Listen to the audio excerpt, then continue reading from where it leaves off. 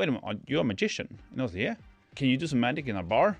And I was like, I don't know, I've never done it before. You're not leaving this place tonight. And I was like, when you're closing? In 4 hours. And I was like, oh my God. I was put in the bar doing magic. Bar magic is existing in America and Japan. What are the types of personalities that usually walk in a bar? Create a group, don't be lonely or don't be a lone wolf. When you're going to a bar as a guest, how do you want to be treated?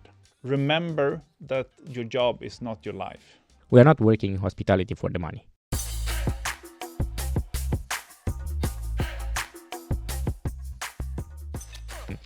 Anders, thank you so much for being here at Barvox podcast. Thank you for being my guest. And let us know, who is Anders Fox? First of all, thank you for having me. It's an honor to be on your podcast. Anders Fox is a bartender / magician who works with experience behind the bar through magic and cocktails. Elaborate a bit about that one. So you work with magic through cocktails. I would say like this. From the beginning, I have been working with magic for 15 years.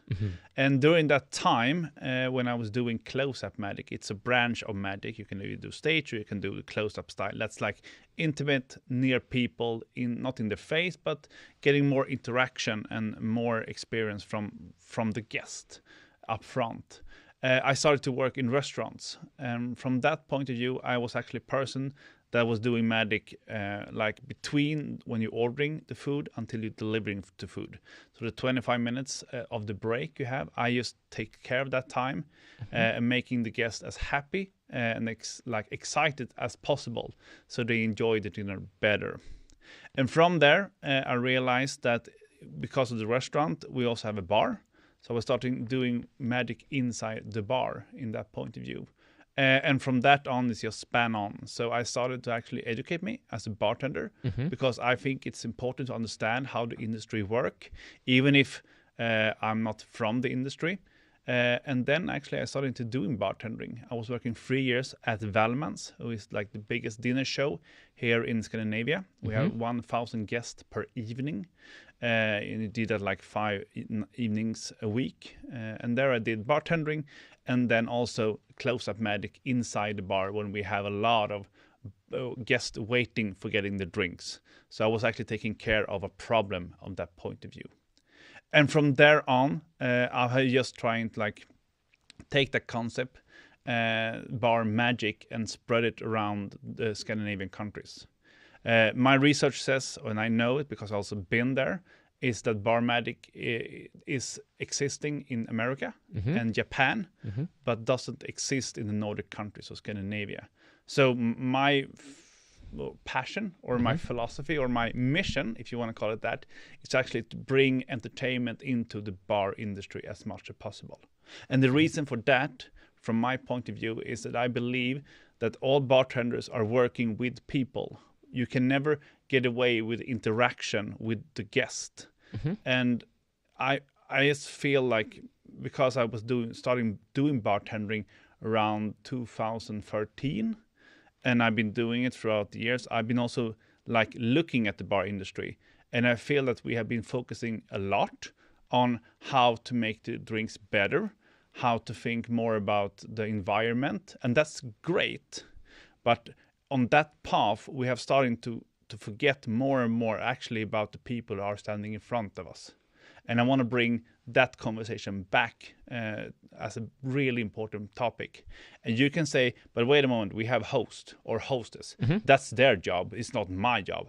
But I would actually say all the people that are working in the bar should have some kind of interaction with the guest. And that's why also like sometimes when I get headhunted for doing bartending jobs here in Copenhagen, the first thing I ask is how much guest interaction will I have? And if they say, no, you will just stand in the bar, get tickets, and you're going to create the drinks, I will say, no, thank you. Thank you anyway. Because I believe it's so important to actually make people feel and experience something. And how to make that is through interaction in one way or another. So you started, to sum it a bit up, you started as a magician, then you transpose it into bartending, and then right now identify the problem, and then you solved it through combining magic and bartending. But right now, we are here to discuss as well one thing that we recently met each other and recently talked about, which is more about the human interaction into the bar and how bartenders play a key role into guest experience. Yes. So you mentioned it as well that you want to bring that one back. How did it come? What kind of smaller problems you noticed when you were behind the bar or when you were doing magic that we can transpose right now into the guest experience? I believe that we are really good of knowing the recipe of the drinks. We are amazing know how to like dilute and how to shake it in the perfect way. But I think a lot of it is just human interaction. We are forgetting about that. We are forgetting about trying to understand how can I make my guest stay longer. Not maybe drinking more, but creating an atmosphere in that point of view. And I would say just a really like simple thing to do is actually when a person are entering your bar, look up, look them in the eyes and say hello. It's a small thing, but it means a lot because that person will from the beginning feel a warm welcome. I know that I, as a performer, maybe sometimes overexcited and be just really happy to see them.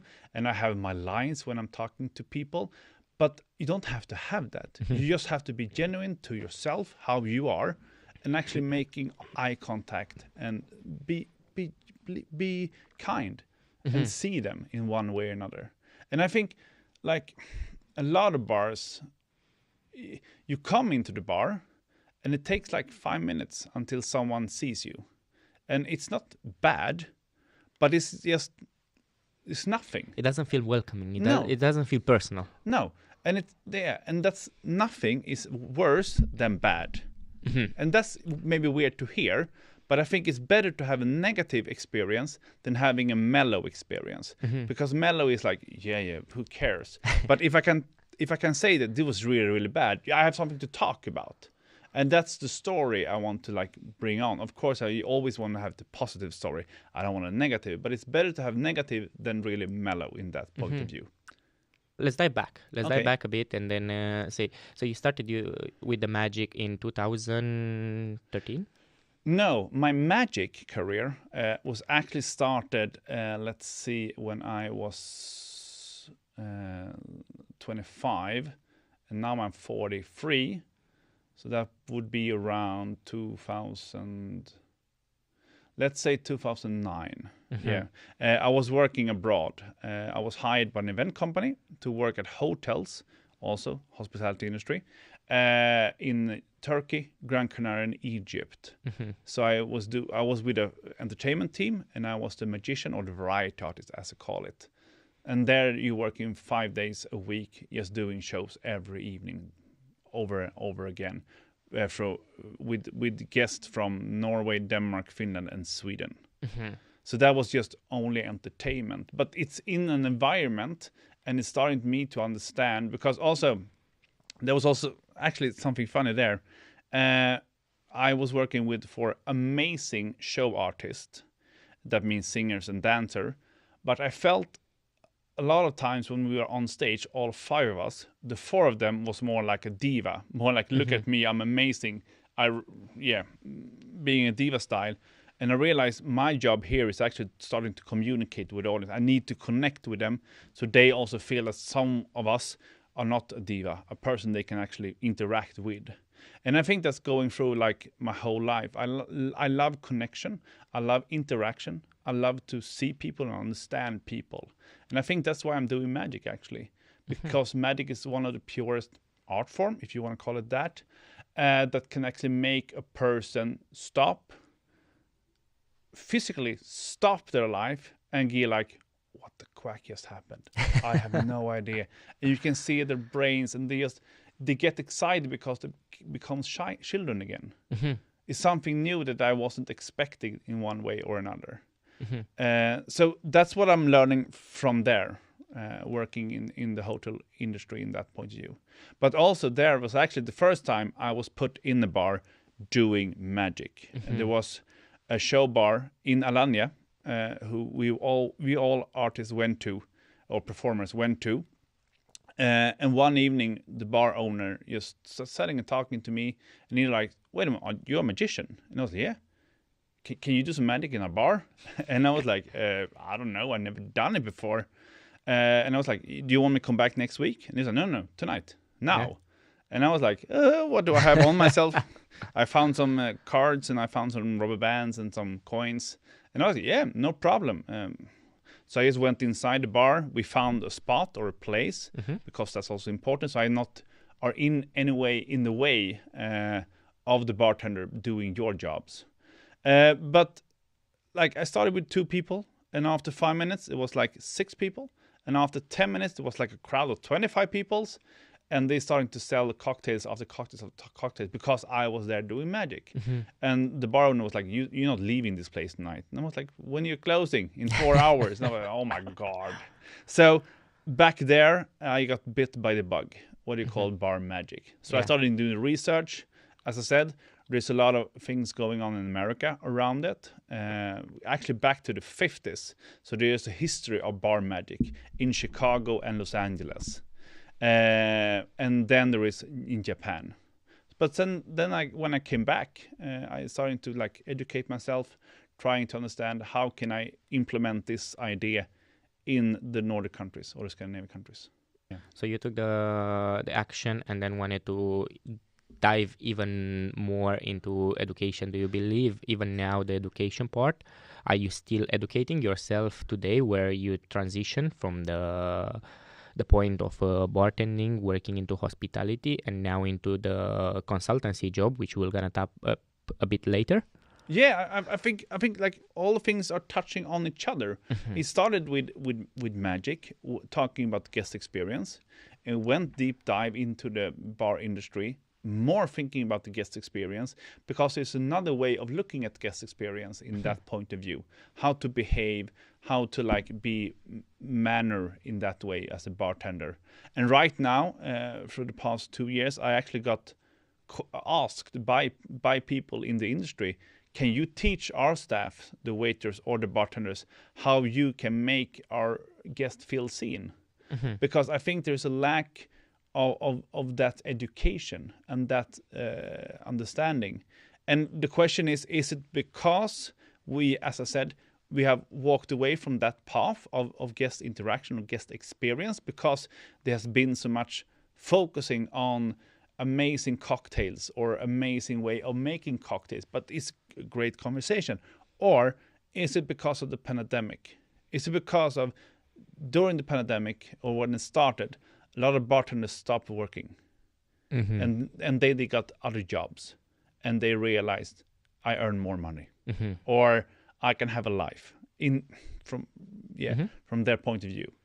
And that means there comes new bartenders who wants to try it out, but they don't have the culture from the old bartender. Like, between the lines information or experience that you actually learn by doing things. And I know we have amazing culture here in Copenhagen, like K-Bar or Brennum or Ruby, who has like established a really good training process from them. But the other bartenders, how are they learning? That's the question. And if you're a new bartender and then you have an owner who doesn't know how to train them, because before the pandemic, the bartender learned from other bartenders. You never learn anything from the owner. The owner just sign on the paper and say you are hired, happy hour. But when you have an owner that need to bring in new bartenders, and you don't have a training system for them, what's happening then? So I think it's from 2 points of view important to, I wouldn't say bring back, but bring on the table, how do we actually treat our guests? Because otherwise we wouldn't have our job. 100%. And let's dive into it. How should we treat our guests? Like give us some 3 major things that how we should treat our guests from a performer perspective or from a bartender performer perspective into the hospitality that anybody can use, even if you are a waiter, even if you are a host, even if you are a bartender? What will gonna be the 3 key elements, let's say like that? That's a really, really good question. And I would say, first of all, as I said before, the warm welcome.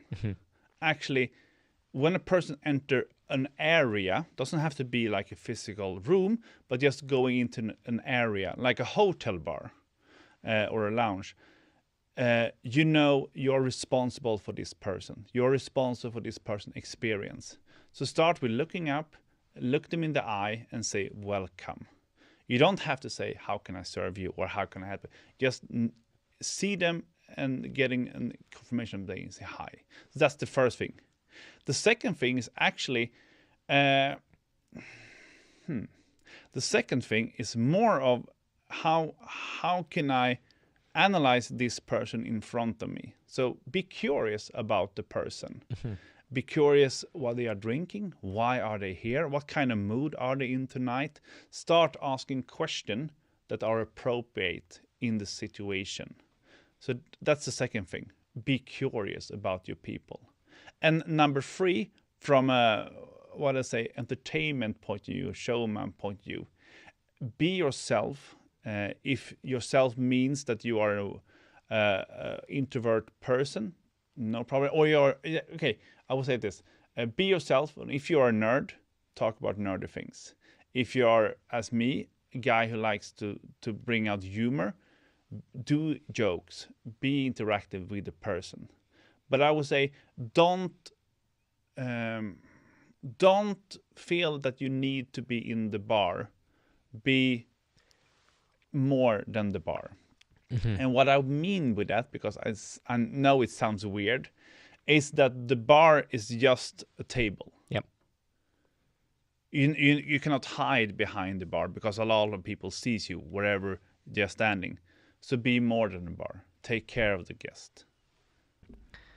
What would you say you've learned from performing behind the bar about people? What are the types of personalities that usually walk in a bar?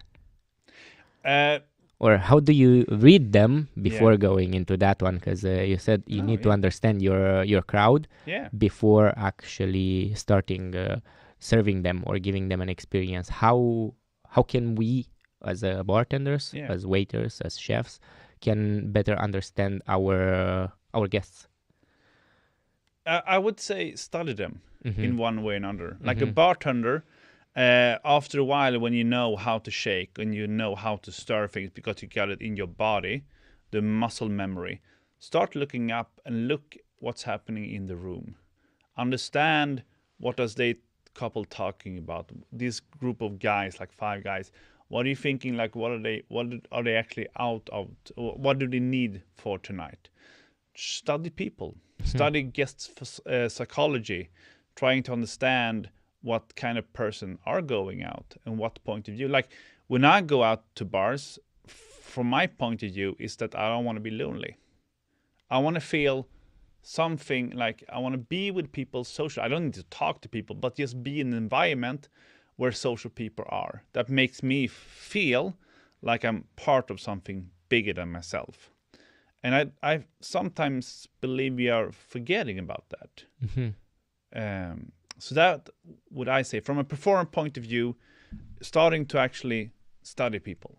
And in that, if you want to read more about psychology or what they call it, behavior analysis, you can do that also.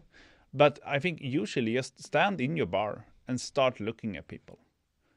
Enjoy the analysis you have because you have it in front of you every day. So why don't you study it every day? Yeah.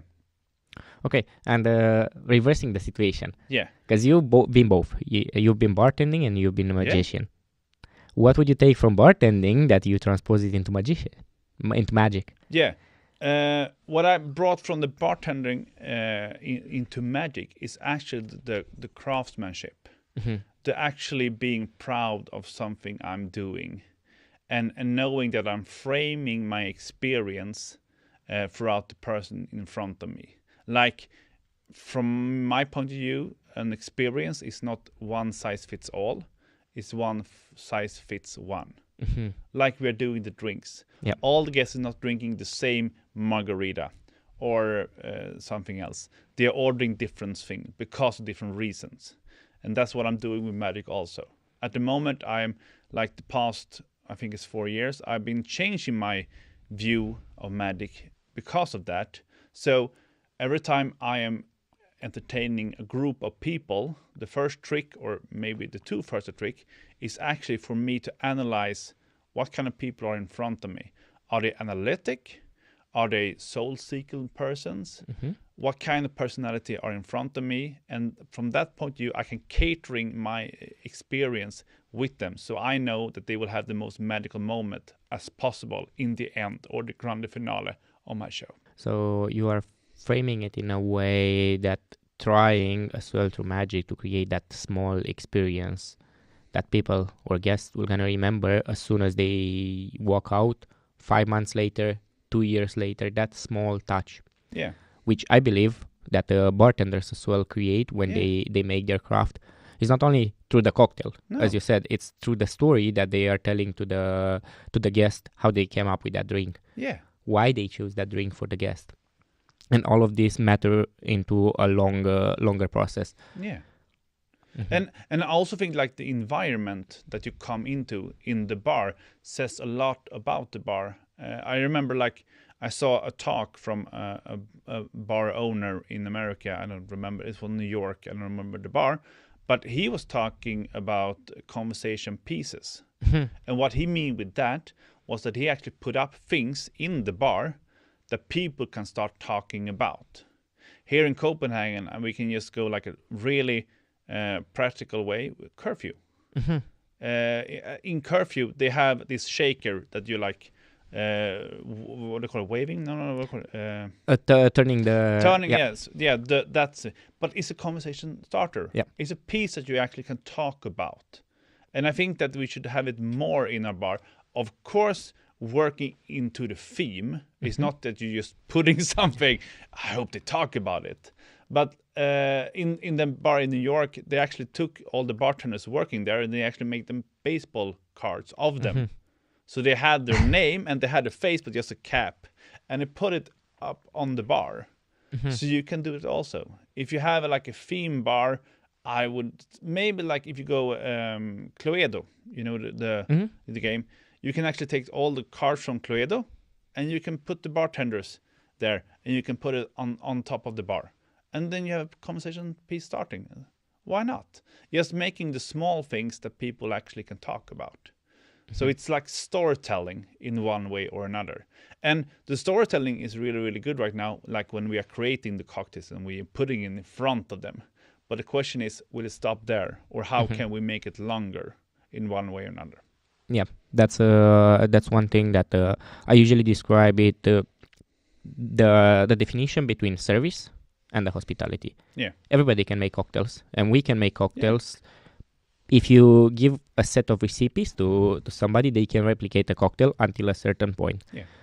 But the hosting part and the hospitality part, it's a bit unique in a sense that people really want to be there, and they are not there just because of the money. Because realistically talking, we are not working in hospitality for the money. No. They are not the greatest money, but we are working in hospitality because we really like to give experiences to people. And we know that industry can offer a lot more to us personally and to other people. So where I wanted to go with this one, I wanted to go into the types of people working into hospitality. You said you like to analyze people. Yeah. And I would like to see your view into the types of bartenders, the types of waiters, the types of chefs. Yeah. How do you see them? Can I first comment on the thing that you're talking about? We don't do it for the money, we do it for the experience. I would also say that we're doing it because we want to create a community. Oh, yes. We want people to come back to the bar and actually getting a relationship with them. A professional relationship, not personal. I've seen some colleagues doing that also. It's not my problem. But anyway, but we want to create a community. I think that we as bartenders wants to feel in a group. I don't think we are lonely people. I think we are social people, but we want to have in one way or another control of the situation. And I think that's a perfect bartender who actually can be a parent for the guest in one way or another, if you want to call it. I prefer that. to say it facilitator, Yeah, but facilitator, yeah. not parent. No, yeah. But I think it's more about, it's creating a community, actually making people coming back over and over again and enjoying the same thing, or actually bringing their friend, bringing bigger groups and like that. I think that's really important to remember also. Oh yeah. 100%. As you said, being the parent or being the facilitator, it plays a key role, because why actually people are going to the bar? They are going there for the community, and they want to meet new people. Yeah. And we are pretty sure that most of the times when you are going alone to the bar, you will start talking with somebody. If you are sitting on the bar or if you are sitting on a table. The bartender, one of his trades or one of his skills, in my view, is that he should introduce people to each other to destroy that awkwardness in the beginning, and then smooth enough the things, because the alcohol is not the reason that people are coming to the bar. No, exactly. And if you look like historically about actually pubs and bars and cocktail scene, it's actually the room where you can talk about everything with everyone. And having that space are so important in our society, even now, from back when it started. And I think it actually started in that point of view, that you have a space where you can actually have a free conversation with people you usually doesn't meet in your everyday life. So just remember that also. Oh yeah, 100%. Yeah. Sorry, going to the question about persons, chefs and bartenders. Bartenders, and waiters. What kind of personality types have you noticed while working with them from inside and outside? Because you are a combination of both. Yeah. I would say the personality varies a lot. There is not one type personality in this kind of hospitality. I think it's quite interesting that actually a lot of them people I've been meeting, I've been working with, are introvert persons who are actually trying to understand how to communicate and how to behave in front of people. And that's why they're taking this job, so they can practice that and learn that. There are some really people like me, showmanship people, or entertainers that are doing it because they need the money, or they want to just take care of people. I see it more in the bartending and in the waiters' point of view, because you have the interaction. I can't talk about chefs in that way, because I have seen them, and from my point of view, chefs are people that we would actually need to learn more about, because I think that chefs are better to have organization than a bartender or a waiter. They have everything needy and sturdy, and they have exactly how to do it, because they have a system, because they do something really amazing, like doing food or creating dinners for people. But usually, like some bartender can be really organized, and some bartender are really like a mess. To be honest. And I've been working with both, and I just realized, okay, I need to adapt here. I need to understand how this person working, so I can work from my point of view the best way. And I think there's some people, as I said, who can talk a lot, some people that doesn't talk anything or talk about anything, just doing the drinks. They're standing in behind the bar, they get the tickets, and they are like machines. Yeah. And then you need a host. But when the host is not there, how can that person communicate in one way or another? I've seen some waiters that are really good at communicate and creating an experience, and be really good at sales, how to help people buying more stuff, like the dessert thing, or if they're buying wine, they are really, really good. Not only with the expertise about it, but how should I communicate so they get an experience out of it? Because a lot of people, even if they know wine, they don't know exactly like all the what is it? Technicalities. Technicalities around it. So if you can create a feeling or an experience like this way, I think that people can tap into that easier and understand it, and then they will buy into it. But there are also some waiters who are just there because they need a job. To be honest, they need a salary, and that's kind of waiter you also take care of in one way or another. You just need to understand what they like and don't like. So that's like what I'm doing in my consulting job. Actually, the thing I'm doing is I'm going into restaurants and bars, and what I'm trying to help with, or actually are helping with, is the guest experience. How can you make your guest feel seen in one way or another? And from that point of view, I'm working with like different tools that I've been developing throughout the years. And their tools are actually coming from the entertainment industry that we are using to make our audience feel seen, but also that a waiter or a bartender can use. And if you want to know about that, you can buy my workshop. 100%. Or you can hire me in that way. 100%. I know we've been discussing recently about one of your projects, the latest project, the Marriott Hotel Group.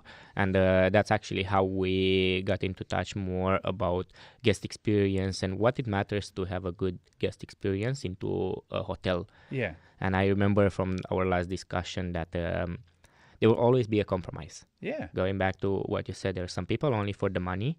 There are some people that really want to be there, and they are very eager to learn. And there are some people in the middle. Yeah. As a consultant, where do you see the most value? How do you see it transpose it? Do you want to bring the one that they are there only for the salary?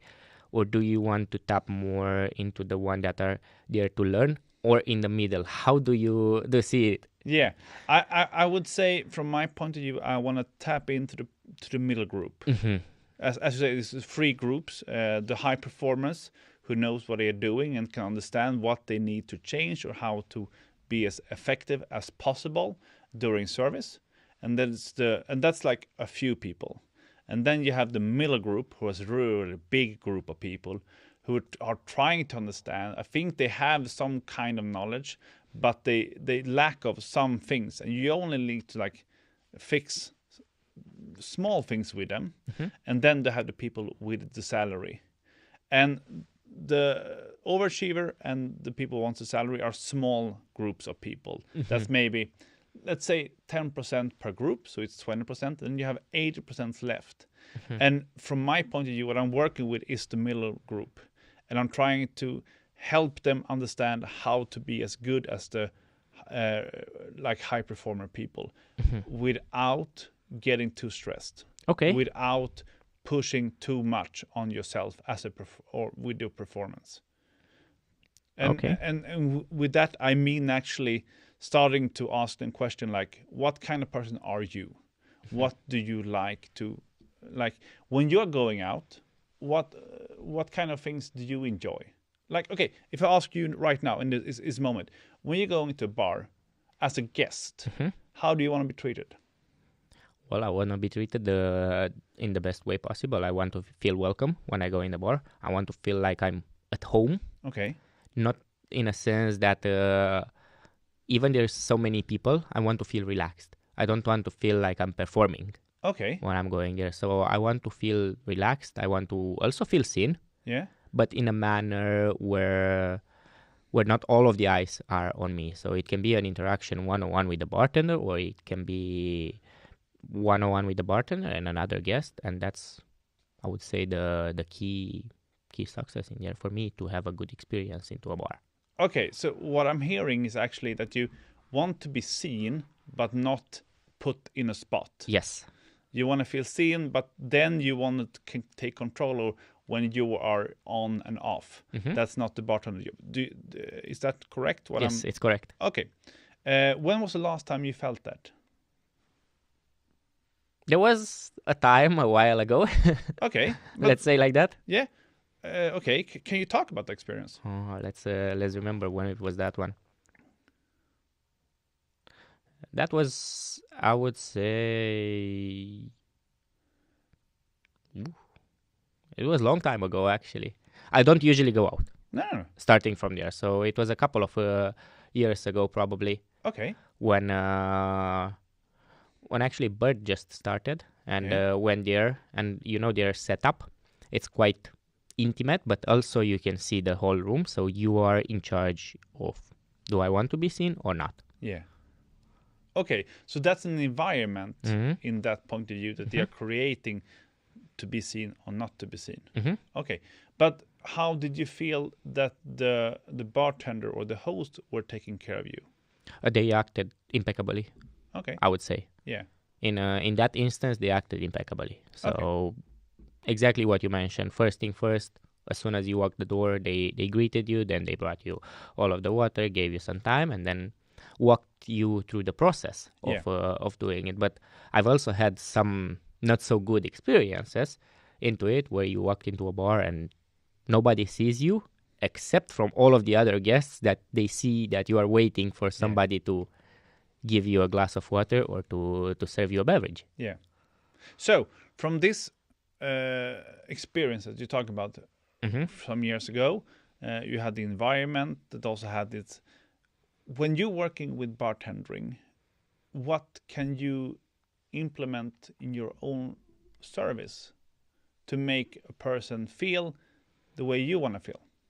Well, absolutely everything that I said. So what I want to feel, seen, and heard, I always implement it or I always try to implement it into my bartending when I'm behind the bar. The small things that actually make the guest seen. I remember last time I brought up the example where there is a beautiful lady sitting in front of a bar, and usually touching with the lips on the glassware, and there is a small red mark on the glassware. You, as a bartender, in my perspective, you want to create the best experience, and you can see that that person in the moment is looking for a napkin. You should be prepared with a napkin already in there, without making her feel seen or without making her asking for it. So that's a way that you can create the experience a bit on a higher level, I would say. Yeah, but I want to go back, and I'm not putting you on the spot, but I'm just curious about. But if you're working in a bar who are really hasn't have these spaces as you talked about, be not seen and seen, how can I as a bartender help my guest or guide my guest or make the feeling of you don't have to be seen and it's okay, if you know what I mean? As a bartender, you can do that. Okay. As a bartender, you can do that, because then you are not only waiting behind the bar. You mentioned it earlier. You are outside of the bar. So you change the roles between a bartender to a host. Yeah. And then you take the person. As I said, you need to see who's entering the building first. You can see that they are a bit disorientated, let's say like that. And then you guide them. Okay, I'm going out of the bar. Like, hi, welcome to our establishment. Can we offer you a sitting? Would you prefer something a bit more central, or you prefer something more in the back of the room? And obviously, asking those kind of questions, you can narrow it down to understand where you are going. Yeah. Okay, perfect. And what's the biggest problem or the biggest hurdle for a bartender to do that? The biggest problem or the biggest hurdle? Yeah. Why aren't they doing that? Sometimes it's the time, but not all the time. But it's the lack of knowledge. It's the lack of actually... Not the lack of knowledge. It's the lack of caring enough of the guest, I would say. Because, as you said, some people are in there for the money. But hospitality is not only about the money. It's, do I want to be there? If a person really wants to be in the hospitality because it's fun and everything, they should treat all of the guests the same, not only a few selected guests. Yeah. So it's a matter of choice. Yeah, it is a matter of choice. But I also think there's a matter of behavior. And I think and that's what we're coming into the training situation. That actually, if you've been working, like, how long have you been working in the cocktail industry or in the bar industry? Approximately 9-10 years. Okay. Yeah. So throughout these 9-10 years, I believe in the beginning, your learning curve was really, really high. Really, like, I need to actually understand this. I need to train. I need to practice. I was standing in front of people doing it over and over again. If you and I would start like changing as some point of view or some things that you are doing, that I would say, no, sorry, but you shouldn't shake it like that. It will take you longer time than you actually had in the beginning of your career to change it. Absolutely. Because you know it. You know how to do it, and it works for you. It's like, I think it was 2 weeks ago, I saw a YouTube film. There was a guy saying, like, you have all been learning the wrong way to tie shoes. This is the right way to tie shoes. And then he showed me on the YouTube, and it was so effective. It was actually, to be honest, it was better than I do. Yeah. Do you think I do that? No, of course not. No. And the question is why? Because I have a system that I feel works for me. It's maybe not the best one, but it works. And that's the question, what we're looking for, actually. How can we change behavior? How can we change mindset? I don't think people don't lack of knowledge. I think they're lacking of actually pushing through the situation or the time it takes to learn something new. Because you already know things. So like you are happy with it. It's like if someone would said to me, you know that you can actually shake a mojito. And I was like, okay, I will never do that. I will build my mojito. Yeah. But it's faster to shake a mojito. You can pour up a lot of things and you can, anyway, I will build my mojito because I learned that way. Yep. So I think it's not the lack of knowledge. I think it's the lack of training, consistently training, and understand that you are going to suck in the beginning of the training phase. And it's okay. And that's the thing I see actually when I'm working as a consulting. I see a lot of people who are proud. And I'm not trying to take the proud away from them. I'm just trying to inform them that, okay, where you are at this moment, you have come to a level. But if you want to reach to the next level, if you want to do that, like Marriott, it's a 5-star hotel, of course the guests are expecting high-class service, high-class experience. And a person can always like reach a level, but with the training, they can start questioning and finding other way of doing the same thing. But to implement it, that's the hard part. Yeah. If you can give an example, you mentioned Marriott. What was the first thing that you noticed in there when you went to do consultancy through guest experience? What was that one small thing that anybody, not only Marriott, can change today, apart from the high welcome and looking into the eyes? Is there something else?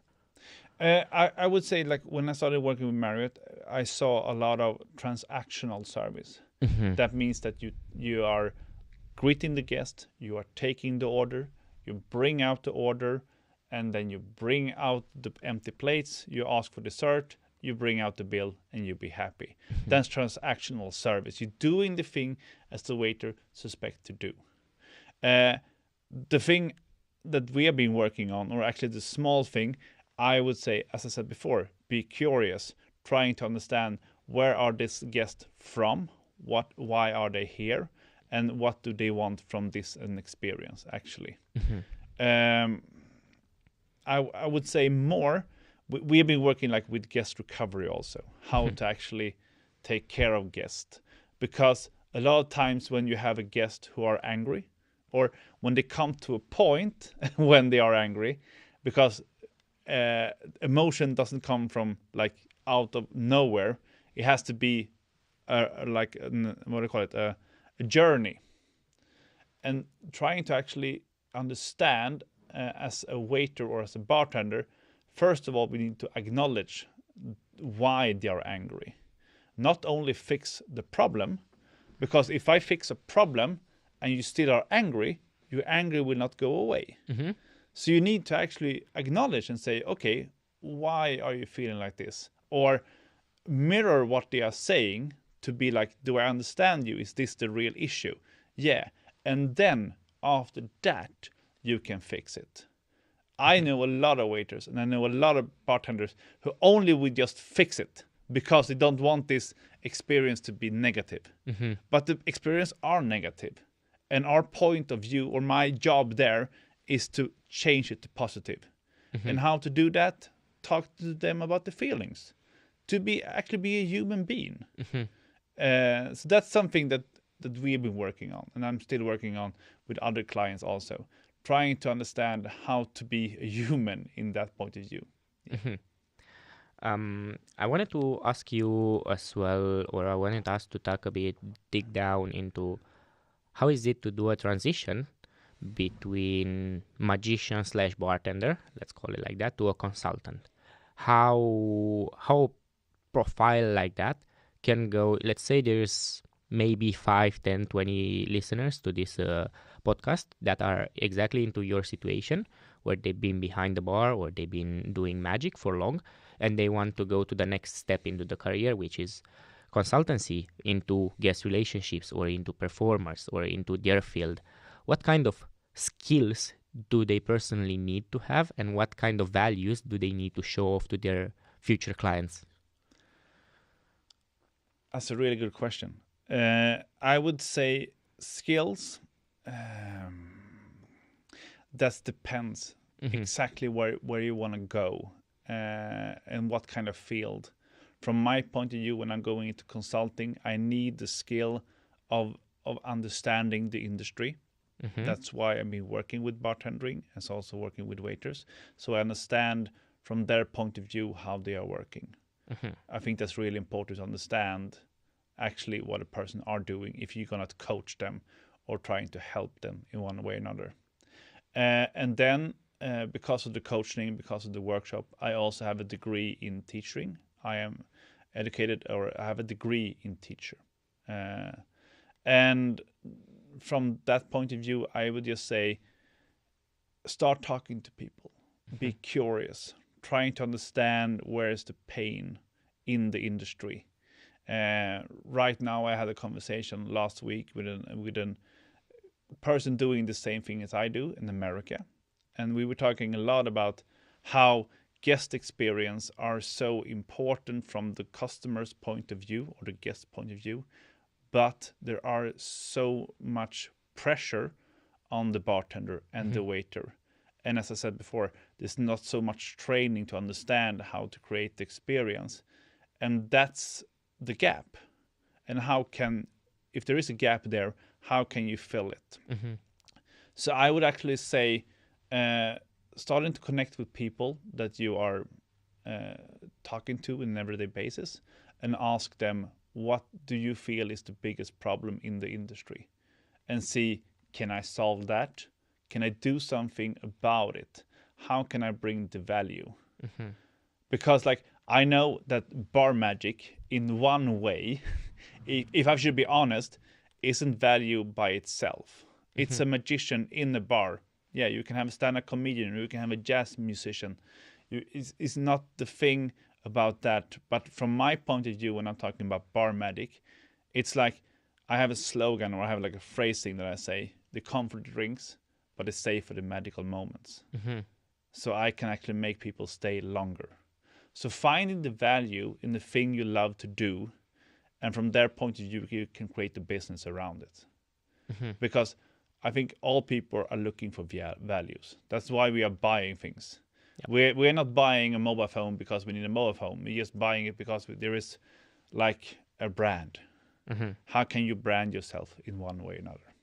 So I would say to the bartenders or the waiters who wants to go for the next level, do something extraordinary that you can have a case around, that you can actually show people, this is the value I have created.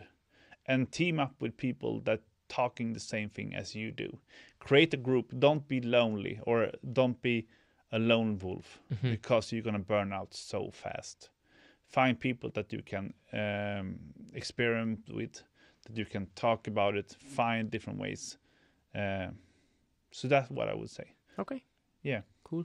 I also wanted to talk with you because you've been traveling so much around the world doing magic shows, and you've probably seen all of the different cultures.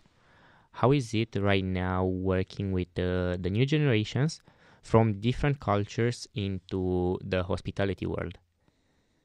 It's interesting because, as I say, trying to understand them. I'm trying to, like, I would say it's quite interesting actually about different culture. And actually also right now, if you look at the generation we have right now, they have a different belief system, and they have different kind of values, how they look at lives and what they expect from you as a manager or as a boss. And me as a consultant coming in there and trying to, like, understand what kind of staff culture is this. Because also I think that's one of the most amazing thing about the hospitality industry, that you can be 20, but you can also be 45, and you can be 60, and you're still doing the same job. It's just different kind of experience you have it. And I'm not saying that the person who's 45 are better person than the one who is 20. No. They're on the same point of view in that way. But going into the culture thing, I feel that there's a lot of, like, trying to figure out where they are, and like also, like, what is the Danish culture actually, because you're coming with your culture into Denmark, and then you're trying to figure out how can I implement my own culture, but also what is the Danish culture in that point of view. And I think that's quite interesting. I've been talking a lot about, like, with bartenders and waiters, like, that Denmark has been throughout the years voted for the most happiest country in the world. Yeah, capital. And why aren't we happy? Why aren't you smiling? Because it's like a commercial thing for people. They're coming here because they want to see happy people, and we are not happy. So why aren't you happy? And they're like, yeah, but my day was really sucky, and the train didn't work, and I was fighting with my wife or my boyfriend. We split up, or my dog died, and sad to say, but I would say, yeah, I hear you. And I respect that, and I understand that you as a personal or private way has a shitty day. But when you are putting your shoes in the bar or in the restaurant, you are a brand. You're not yourself anymore. Of course you are yourself in that way, but you need to leave that. You need to walk in the bar and say, I'm going to make this the best magical moment for my guest tonight. Yeah, you are a performer. Yeah, you are a performer. In that way. Even if you are a bartender or a waiter, you're always a performer. And we need to remember that. So less ego and more caring. Yep. Less personality, more curious. Oh yeah. That is well rounded. What makes you curious to still stay and try to work with different cultures and try to work with guest experiences even after that many years? What keeps you still curious about it, about the hospitality industry? I love it. You love it. Sorry, it's my drug. It's my. I can't let go. I wish I could, but I can't let go. I can't let go of actually making people have an amazing experience. If that is in the bar, if it's with my magic or anything else, for me it's so important. And I think it's from myself want to be like in a community. And I want people not to be lonely, because I know that loneliness are damaging people so much.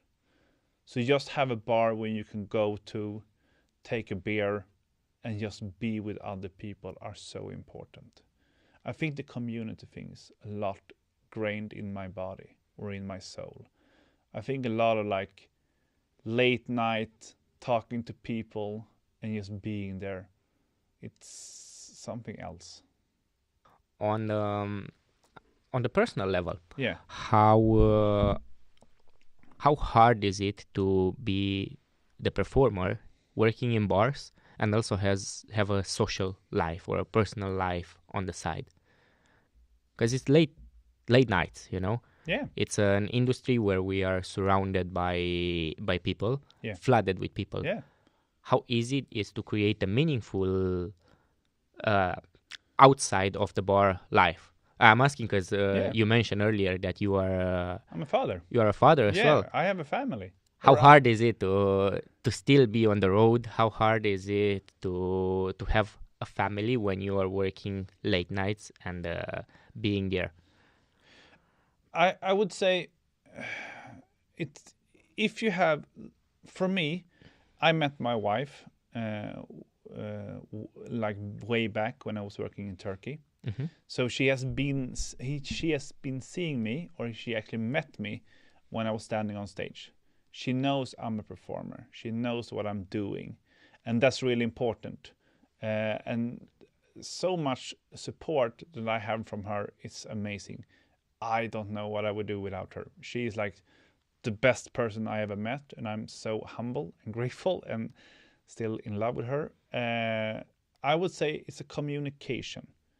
If you have a relationship, the most important thing is to communicate. Understand things will change. As I said, I have a kid. He's 10 years old. I never thought in my life that I would have children. It's nothing bad with children. I'm not saying that. But I thought myself always being the funny uncle to my brother's children and just be coming there, do my magic, enjoy with them, and then I just walk away and enjoy my life. But the communication are so important. Actually, last year was actually the first time my son spoke up about my job.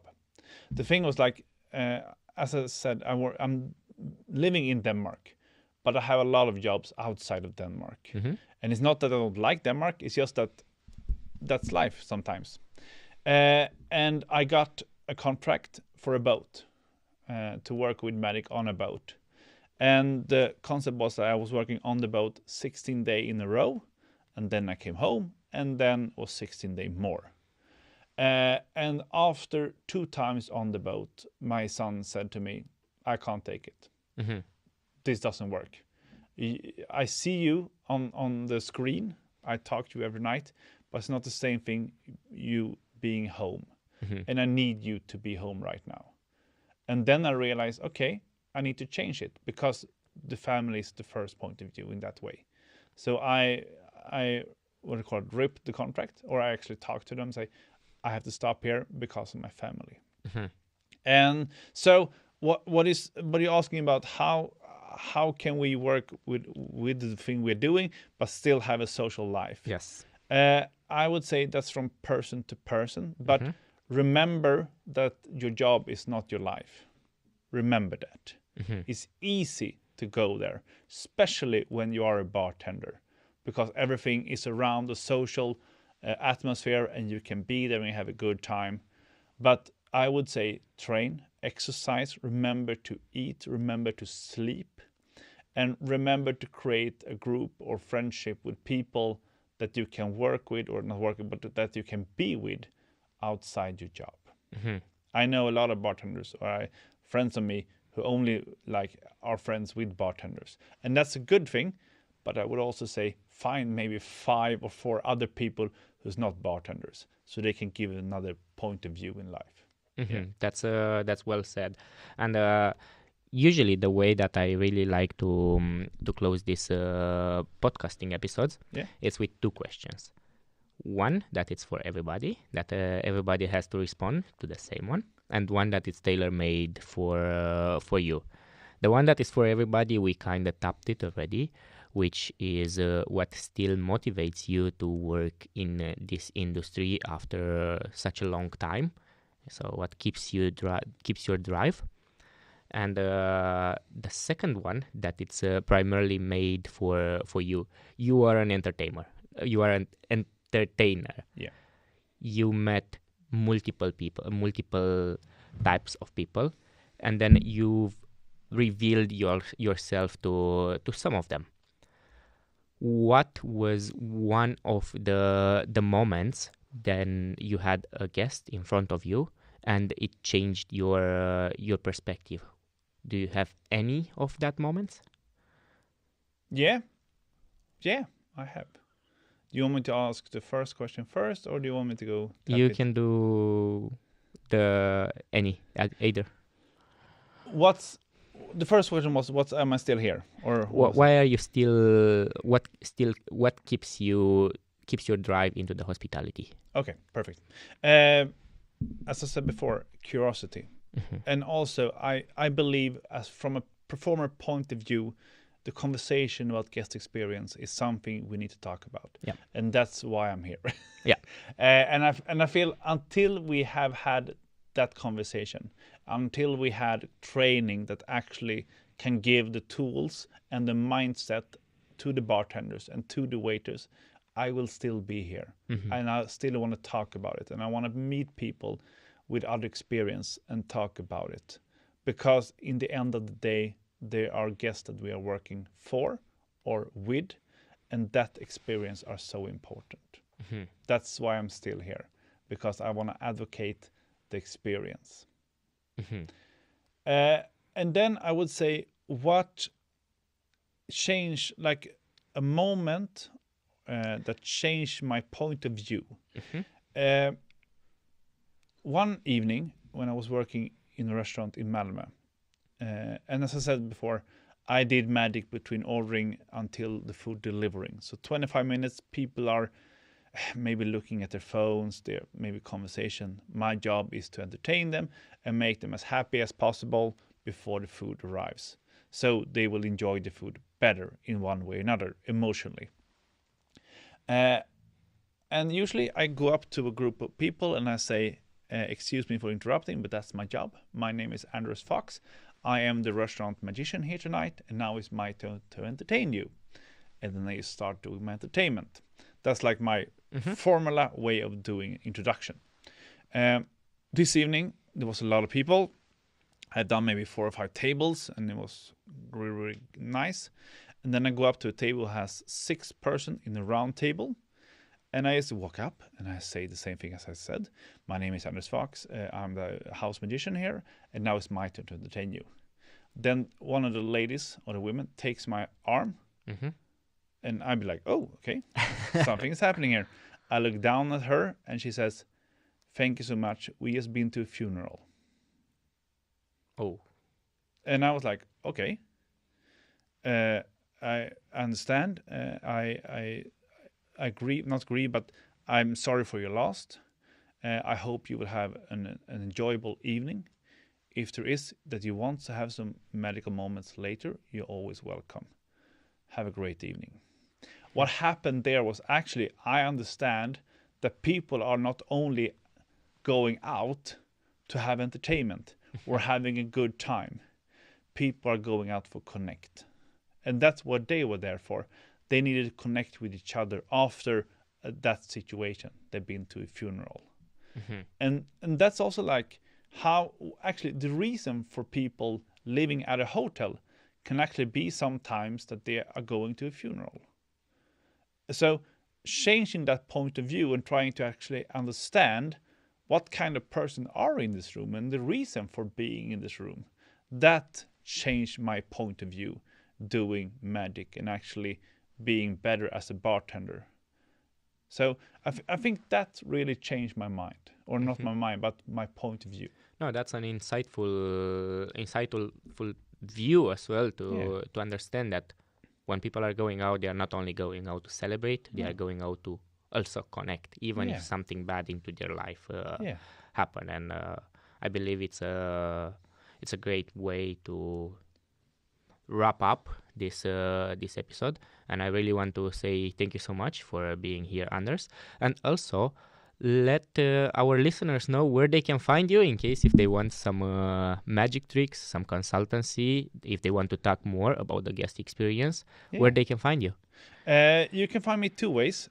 Either you can go to my website, who is andersfox.se, or my email is anders@andersfox.se. That you can connect with me or contact me if you want to like talk about hospitality guest experience. I always love to talk about it. So pick other people's brain. That's amazing. If you have Instagram, social media, my handle is AndersFoxMagic. And that's what I'm putting up, a lot of magic things, but also like bar magic things. Thank you so much for being here. Thank you for having me on. Thank you, Anders.